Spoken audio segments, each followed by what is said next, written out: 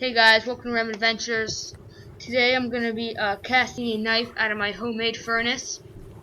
And the things that I'm going to be using today are some coal that I found in the woods, my crucible, which is a little bin. I'm melting some aluminum pop cans, and I have a blowtorch to start the coal. I have some vice grips to pick up the crucible and pour it. And I have some kerosene to get it started. And here is my my mold. Here are the cans. You want to make sure you crush them up so that you can fit as many as you can into the crucible at once. So you just crush them, and then I'm gonna put it into the crucible, melt down.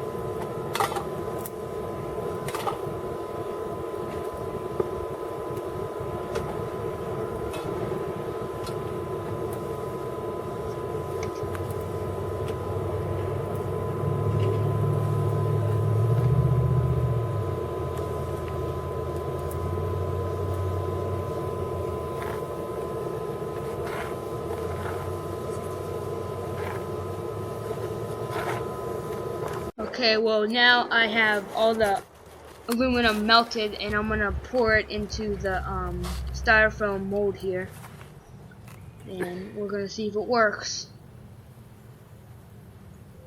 That was about probably 90 cans in there. So I'll get back to you when it cooled down.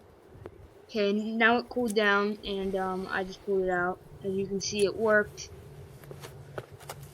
and looks pretty cool.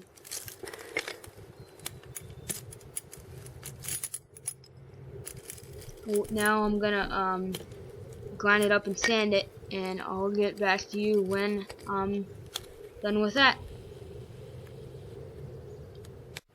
Well, I'm back with the final product here.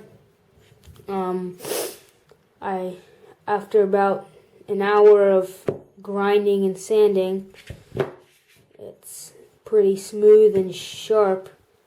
It's not that bad, so you can tell. But yeah, I really like it. It fits in my hand real well.